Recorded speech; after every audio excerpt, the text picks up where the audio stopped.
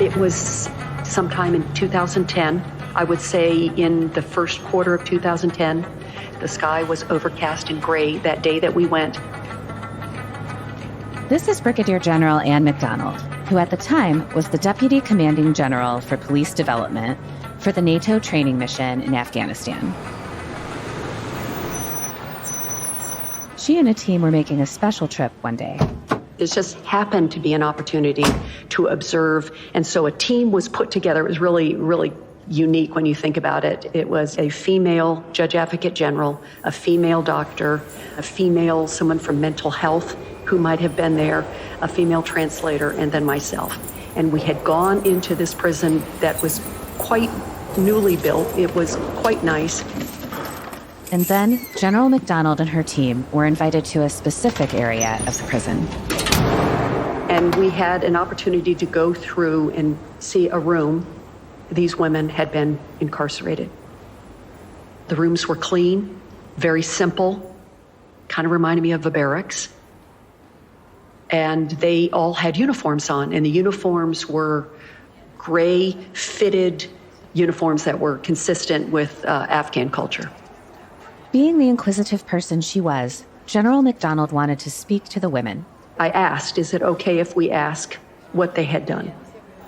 What was their crime? And they said, yes, it's okay, and that they would be willing to tell. So General Macdonald went around the room, talking to each and every inmate. And it was, I had run away from home. I had run away from home. I killed someone. I ran away from home. I ran away from home.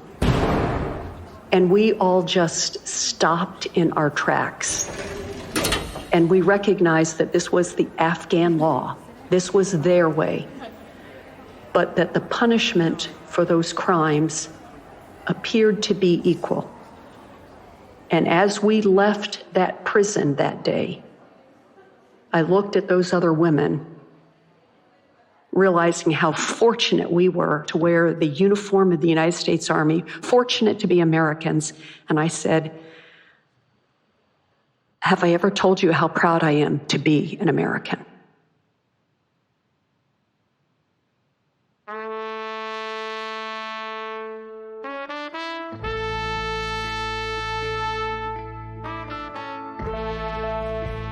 This was General Macdonald's final role in the military after 30-plus years of service. Understanding the experience of women is something that's been close to her heart her entire career, which started when she was in the very first gender-integrated class at West Point Academy, and led to her breaking many glass ceilings as an aviator and officer. Today, General Macdonald serves as the president of the Army Women's Foundation, an organization that recognizes and honors the service of all U.S. Army women from the past, present, and future. In today's episode, we honor General Macdonald and chat with her about the foundation, her career, and some memorable moments from an incredible life in service. I'm Carrie Varu-Heikes, and this is Army Matters.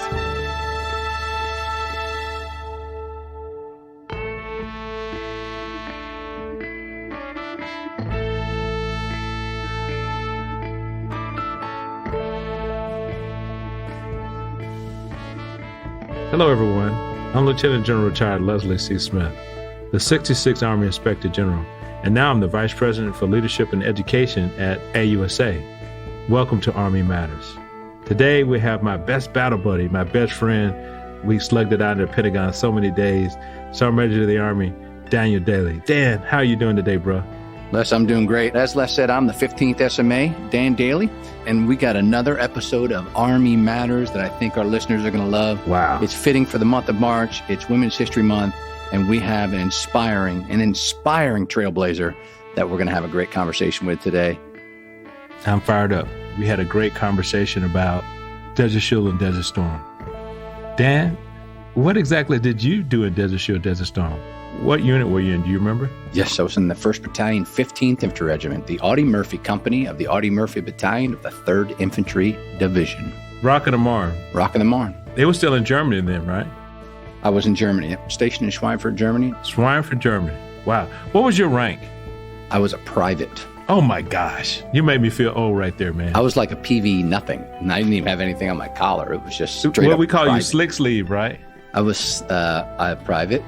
That's what they called it. But that was the nickname, though, right? Slick sleeve. I don't know. I never heard that before. I was the RTO. Were you? This is interesting story. Okay, So hold on. sitting- You gotta tell people what RTO means. That What's was the radio acronym? telephone operator, and I had Yeah. this big radio on my back, and my whole job Big radio. Yeah. was to make sure that the platoon stayed in contact with the company. So we were out in the desert, just sitting out in the desert waiting for the war to start. And every time I'd go towards my platoon sergeant, he would shoo me away. And the reason why is because he was a Vietnam veteran. And he didn't want the radio next to him because it had a big whip antenna. Yep. Yeah. And every time I went near him, he'd say, "Go over there and get next to the lieutenant." Yeah. Because in Vietnam, they used to target the RTO and the They did. lieutenants. They did. You know, so you couldn't call an airstrike. So, yeah, so that was my indoctrination to the Army. I graduated base training, flew to Germany, signed into my unit, and they sent me to Desert Storm. Wow. So I was a young captain. I just got assigned to the 82nd Division Artillery. This is going to be in the book I write one day. We flew into KKMC? KKMC. That is King Kilidad Military City. Yeah, and I mean, this is early. This is August time frame. That's the first time I saw MLRS. You know, we had the Big Five, and the multiple launch rocket system was one of them. Yeah. Yeah, it was two of them on the C5 with about 35, 40 paratroopers from Duvarty. And I was like, wow, this is interesting. What are we going to do if they decide to come south? So it was an interesting story. Yeah. And, you know, that just reminded me of, we forget about the things that we do as young people and how it helps us develop us into who we are. That's why it's so powerful. The stuff that Ann talked about being a trailblazer, even though she didn't see herself as a trailblazer initially. Yeah, she was. I mean, and it started with her story about being in the first class. Yes. First female class of West Point. Now, she was very humble about it. Yeah. But if you remember, and Yeah. I do clearly, Yeah. the hype about this in the media and Yeah. the pressure those ladies were under Yeah. was intense. And they persevered, overcame, and everybody, you know, there was haters out there that said, "Oh, we can't do this," if you remember. All Right. right. And I don't know what. That's awesome. So everyone, this episode was recorded before the Foundations Awards, which were held on March 22nd this month. Unless another note we need to let our listeners know is that our guest is in Abu Dhabi, and we talked What? about that during this. Yeah, Abu Dhabi. It's a Wow. country, not in America. No, it's a city within what country? The UAE. Right. What does that stand for? Yeah, United Arab Emirates. There we go. That's right. You're right. It is a city. Did I say it was a country? You said it was is. a country, bro. It's a country. It's Okay. okay. It's like Texas. It's a Yeah, country. it's pretty big. That's yeah. right. It's like Texas. But anyway, we hope you enjoy the show. I'm fired up. Let's bring her on.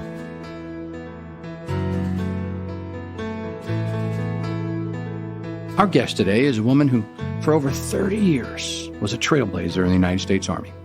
She's here to talk to us about her career, but also her work with the Army Women's Foundation. General Ann Macdonald, welcome to the show. Terrific. It's my pleasure to be here with you two gentlemen. General Macdonald, to start us off, could you tell us a little bit about yourself?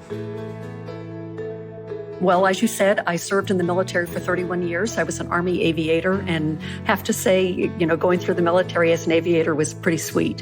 I am a West Point graduate, graduated in the first gender integrated class in 1980, and that was an experience unto itself. But had a great career, and when I graduated, as I said, when I retired from the military in 2011, a couple years later, I was offered an opportunity to serve as the president of the Army Women's Foundation, and wanting to give back, I was just delighted to assume that role. Okay, and we're going to talk about more about the foundation later, but since it honors and celebrates trailblazing women, I'd like to focus on you first because, frankly, we both put you in that category. Let's talk about your West Point experience, Ann. Why did you decide to take part in that first class that allowed women to attend? Yes, I am an Army brat. My father and my parents were stationed at Fort Knox, Kentucky. And my senior year in high school, I was approached by the guidance counselor. And it's quite interesting because when I started my senior year, there was no opportunity even discussed about women going to the service academies. But in the fall of 1975, President Ford made the decision and signed into law that women could attend all the service academies. So there was, I would probably say, a little bit of a scramble to get women to apply. And it was my guidance counselor who approached me. My initial answer was, no, thank you. And after prompts and asks, it was just easier to say, all right, I'll apply. And then once I got into the application process and learned a little bit more about West Point, I knew that this was something that I did in fact want to do. That's so cool. So can you tell us about your biggest challenges that you encountered while you were there and how you overcame them? Wow. Okay. Yes. I think I need to start by saying, West Point is designed to be difficult, and it's difficult for everyone. It's not this is a difficult for the women. This is difficult for the men. It's difficult and challenging for everyone. And that certainly is the case. So I think I probably could go in and describe my experience as being life-changing from all of those challenges. I think just trying to be accepted, that whole notion of, yes, I was a cadet, I was there at the academy, but not everyone, not all the cadets, not all the administration really bought into the idea that women were there to stay. Right. West Point challenged us every moment, from the moment we woke up and heard reveille in the morning until the wonderful sound of, I would actually say, the relief of taps at nighttime. And for me, the physical component was very, very difficult. I did not come in as prepared as I should have. If I knew what I knew once I had gotten to West Point, I absolutely would have changed my course and preparation differently, but it was what it was. And so I just needed to work within the system and push myself to the uttermost limits, which I did. And from that, learned resilience and learned about myself and what I could take and what I could do and how I could push myself, how I could be a good teammate, how I could be a good squad mate with other people. Right. That's good. So since this was the first class, you and some of your other female classmates were constantly being pulled away for interviews. How did that affect your time there? It was extremely distracting, and we realized it also created an environment where the men who were not called away for interviews became, I'm not sure jealous is the right word, but we were being treated differently. And that's not something that you want to see. And as you pointed out, we're being pulled out of training. We're missing very important training. And West Point plans every single day. Every single moment is planned. And there's not a lot of opportunity to redo training. You don't want to miss training. And after a while, we realized we would decline to do the interviews. Interesting. And in those 4 years, when did you most feel that West Point was really the place for you? I had the opportunity to go to something called Teenagers Encounter Christ, and it was a tech retreat. It was off the West Point reservation, but it was a weekend where we had a chance to just be ourselves, talk with other people, like-minded people, talk about our values, talk about who we were, what was on our hearts. And it was just uplifting beyond anything I can describe. It really was a major turning point for me at the academy. Okay, and the turning point, how so? My mother died when I was a yearling. So yearling's the second year. And it was such a shock. She had cancer. Her death was very, very rapid. And to be so far away and not be able to go back when you know the situation's deteriorating was very, very difficult. And at the same time, I'm trying to be the best cadet that I possibly can. I am trying to be strong. I am trying to make sure that I don't appear to get over and use the situation to curry favor, that I am resilient, and all the things that West Point trained us or was training us to be. I knew this was my test. And so to have this moment and to go with a group of other cadets who were open and loving and accepting and trusting was exactly that cathartic time and moment that I needed. And not to put words in your mouth, you're saying that solidified you were in the right place to do the mission where you were. It solidified that I knew that I was doing the right thing, and I was at the right place at the right time with the right people and in the right organization. I knew that West Point was for me. I knew that service to the nation was for me. So how do you think now, since you were the first class, that education at West Point has changed since your time there?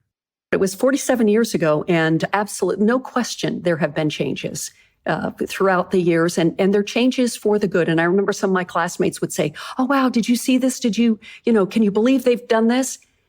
And in my heart, I said, "I'm glad. That's good."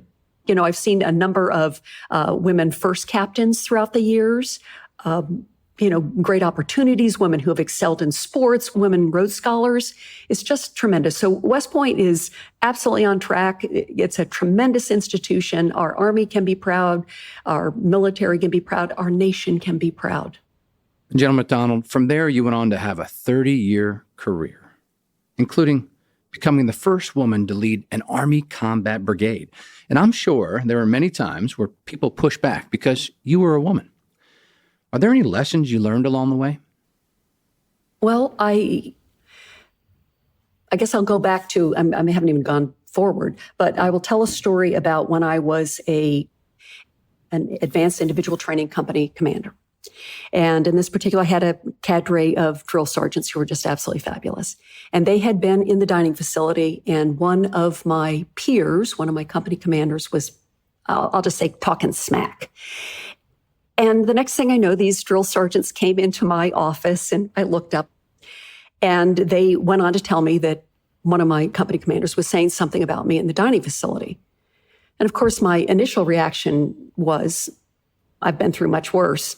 Okay, thanks, I appreciate that. And I suppose that was very much a defensive mechanism for myself to say, hey, no problem, I've been through much worse. But when they got up and they said, well, we just want you to know we have your back. And then they departed. And in that moment, I realized this has nothing to do with the comment or my peer. It has to do with those 5 drill sergeants who had pledged their loyalty to me. And I was like, wait a minute, get back in here. And it really reinforced loyalty being a two-way street, up the chain and down the chain. And I have never, ever forgotten that. I've never forgotten that lesson I learned, but more importantly, that cadre who was there together to make sure that we trained the best. They were 67 Victor aircraft mechanics. And, I knew that we were going to be the team that was going to be unbeatable, and we were. Ma'am, that is an incredible story. When I was a Sergeant Major of the Army, we made the decision to open up Ranger School to women. And I'll tell you, I got a lot of comments from some of the older folks. But the reality is, there's women out there that can do it. And it was just a matter of time before they proved it. And they blazed the way for future women to be able to do the same incredible things. Is there a moment in your career that stands out the most to you? I have to say there are many. And I've been very, very fortunate. I enjoyed a fabulous career. And one particular highlight that stands out was my assignment to Germany. This was back in the late 80s. And I was assigned to the 4th Brigade, 1st Armored Division. And our mission was to provide defense along the West German, East German border. And about this time, there was the political discussions about the wall coming down. And it was after November or December of 1989. My sister and her family were stationed in Berlin, and my husband and I went and visited her. And she had said, hey, listen, they're going to be tearing down a part of the wall tonight. I think it might have been the Brandenburg Gate. Let's go. And so she outfitted us to make sure we were warm, and we went to the wall. And what we're talking about, it was like an opening in the wall. So you could still see the concrete on either side, but it was an opening in the wall. It was nighttime. There were the portable tower lights. There was the hum of generators and jackhammers or something in the background. And on the West German side were the West German guards, and on the East German side were the East German guards, and they were kind of holding everybody back, but kind of walking back and forth. And we were all looking very much wide-eyed to see this incredible piece of history take place right before our very eyes, the fall of the Berlin Wall, basically signifying the end of the Cold War. When all of a sudden an East German guard, he reaches down and he picks up a piece of wall and he hands it to me. Wow. And I just... General Macdonald, please tell me that you still have that piece of that wall. Absolutely. But he had no idea that I was an American soldier. But the meaning of having this piece of wall in my hand meant so much to me. And I just grasped it and tucked it in my pocket as quickly as I possibly could. That was just one of those pinch me moments that I've never forgotten. Yeah, that's great, Ann. I went to East Germany while I was still up, and I've been back since the wall has been down, and it still gives me that chill. So I could just imagine what that felt like. I would posit that he may have known that you were Army. You probably had that look. You can always pick a soldier out of a crowd. Yeah, I might have been standing at attention. Right. Or parade rest. Have you purchased your AUSA swag yet? Be proud to show your support for AUSA, which in turn shows your support for the U.S. Army and our soldiers. Check out all AUSA swag at shop.ausa.org. Now, we've had several guests on our show that have talked about the importance of mentorship. Ma'am, is there someone throughout your career who you would consider your greatest mentor? Wow, there have been so many. And one of them was, at the time, Colonel Dan Petrosky, now Lieutenant General retired Dan Petrosky. Boy, he was a great leader. We had just gotten into, it was during Desert Storm, and we had just arrived into the, I can't even remember what it's called. It was called the Dewdrop Inn is what we called it, but it was the staging area, and the conditions were horrendous, just absolutely terrible. The porta potties had overflowed. The showers were freezing cold. The conditions were terrible. And, as a young officer, and I'm, looking at him, he's telling the entire staff, these are the things we need to do. He goes, we need to get out into the desert. We need to get into our assembly area as quickly as we possibly can. And I just looked at him and I thought, oh my gosh, if the conditions are like this here, what in the world is it going to be like out in the big, wide open desert? But when we got there, he was right.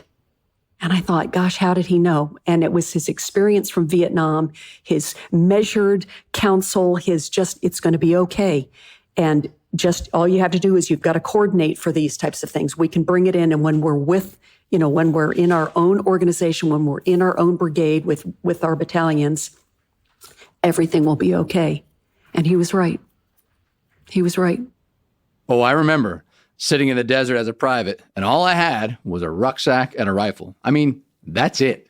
That's all I had. We all had those stories of eating the MREs that were not as great as what they are now. And then in the 82nd, we got hold of can't remember the name of it. It was a place and it was like hamburgers. And I would think, how did they How did they deliver hamburgers? Wolf burgers in desert. No, they was before Wolf Burgers. Before Wolf Burgers? It was something else. This was early on, and they got it from some organization that came out there. But that's when I started learning enterprise, because stuff was everywhere. It would show up if you needed it. Ah, Wolf Burgers. They used to bring them out to the desert to us when we were sitting out there in Desert Storm. Now let's talk about the foundation. It's an incredible organization and a very important one. Can you tell the listeners a little bit about what it does? Well, we do a number of things. And so our motto or our tagline is honor, empower, and connect. And we honor through our Hall of Fame induction ceremonies. We empower through our scholarship and scholarship awards. Also, we partnered with the Female Mentoring and Morale Program. So we link up with them for mentoring. And we connect through our programs. We connect when we have our professional development at the Association of the United States Army, where we meet every fall at the annual meeting and have an opportunity to share and discuss things and to learn from each other. And I'm pleased to announce that every year we celebrate Women's History Month by hosting our annual scholarship awards and Hall of Fame induction ceremony. And this year we will present 22 scholarship awards and we will also induct 6 women into our Hall of Fame and 2 other individuals into who will receive our Champions Award. So we are super excited. It is a tremendous lineup. And can you tell us a little bit more about the recipients this year? Okay, they're all extraordinary. So I would like to tell about the Honorable M. Tia Johnson. And she was the first African-American Judge Advocate General to be promoted to Colonel. And since that time, she worked with the Department of Homeland Defense. And this past year, she was selected to be a judge for the United States Court of Appeals for the Armed Forces. She will serve a 15-year term in that prestigious position. So we are delighted in all that she has done, being a role model, being a trailblazer, taking those hard jobs and excelling in them, and then continuing to serve her country post-military as a judge on this court. Man, that's incredible. And I actually have a personal connection to this because my mother-in-law was in the Women's Army Corps. And I remember looking at pictures of her in her WAC outfit. I'm not quite sure if I'm supposed to say that, but that's what she called it. So can you tell us how it evolved into the foundation today, and what's your favorite part about being involved in the foundation? Okay, that is so terrific because, if you really think about the foundation has existed for over 53 years. Back in 1969, a group of women who were at Fort McClellan, Alabama, realized if they did not document their history and they did not put it down either in a museum and preserve it, it would be lost to the ages. And so they put together their time, effort, and treasure and collected artifacts, letters, pieces of memorabilia, and created a museum. And then over time, it was built into a proper structure, and the United States Army took it over.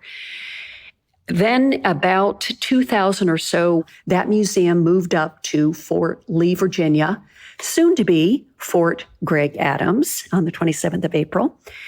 And it was redesignated from the United States Army Women's Army Corps Museum to become the United States Army Women's Museum.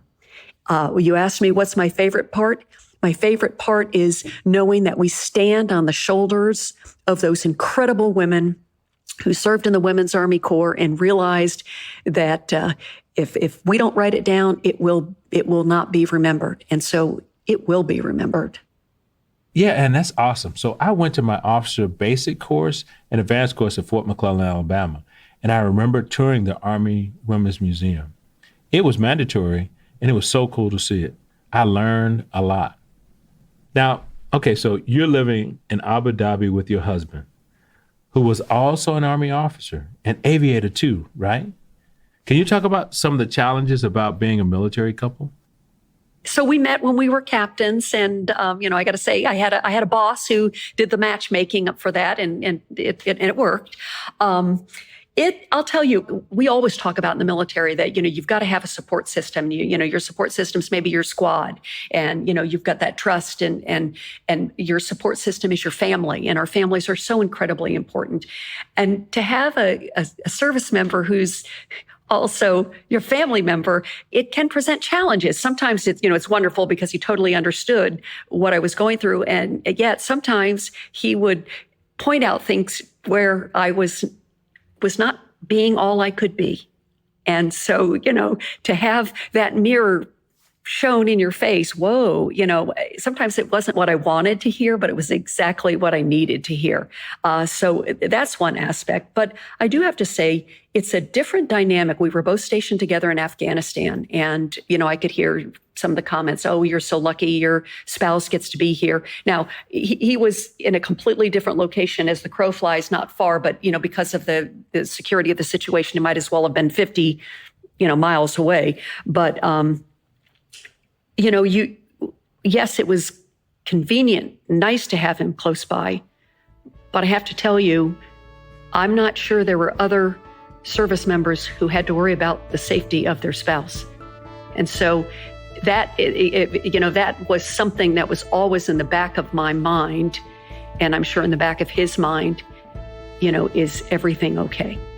We're running out of time, man. So I have to ask one final question. What do you miss about the States while you're living in Abu Dhabi? Sweet relish, sweet pickle relish. Wow. Sweet. Out of all the things, Ann, really? American. Wow. Well, so what we try to do is that there is a small little PX that's on one of the military installations. And when John ever has to go there, he'll come back with, those plastic containers of the sweet pickle relish. But yes. The simple things in life. Well, Ann, thanks so much for joining us today and for sharing your powerful story. We said it at the beginning, and I'll say it again. You're a trailblazer and an inspiration to us all. You really should write a book about it. I'll be the first to read it. Thanks for chatting with us today on Army Matters. Thank you. I'm not sure if sweet relish was available, but for today's chapter spotlight, on February 7th, AUSA's George Washington chapter held its quarterly luncheon and professional development forum for its members. Approximately 140 people attended and listened to Army leaders Mr. Mark Kitts and Mr. Leo Garciga speak about secure software development and data analytics, which led to a lively discussion. An award was presented to Colonel Retired Molly Pearson for her service to AUSA soldiers and families. And a grant was also presented to support the Joint Base Meyer-Henderson Hall's food insecurity programs. Congratulations to everyone at GWC. And if you or your chapter would like to be profiled on the show, please email us at podcast@ausa.org. Hooah! To all our listeners, thanks for joining us.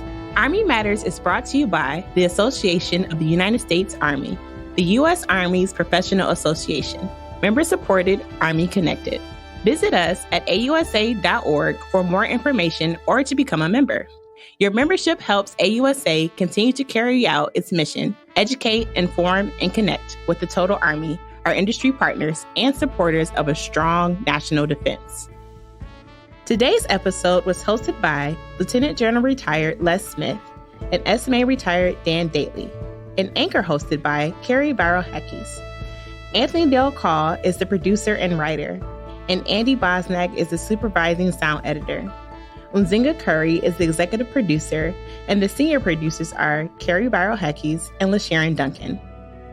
Special thanks to Lauren Hall and Terry Perriman for their help. Be sure to subscribe to Army Matters wherever you get your podcasts, and please leave a review. As you know, we love seeing stars in the Army, especially if it comes in the form of a 5-star review. AUSA's Army Matters podcast primary purpose is to entertain. The podcast does not constitute advice or services. While guests are invited to listen, listeners, please note that you're not being provided professional advice from the podcast or the guest. The views and opinions of our guests do not necessarily reflect the views of AUSA. For questions or to provide topic recommendations, email us at podcast@ausa.org. I'm Sharon Duncan. Hope you have a great Army Day. Hua.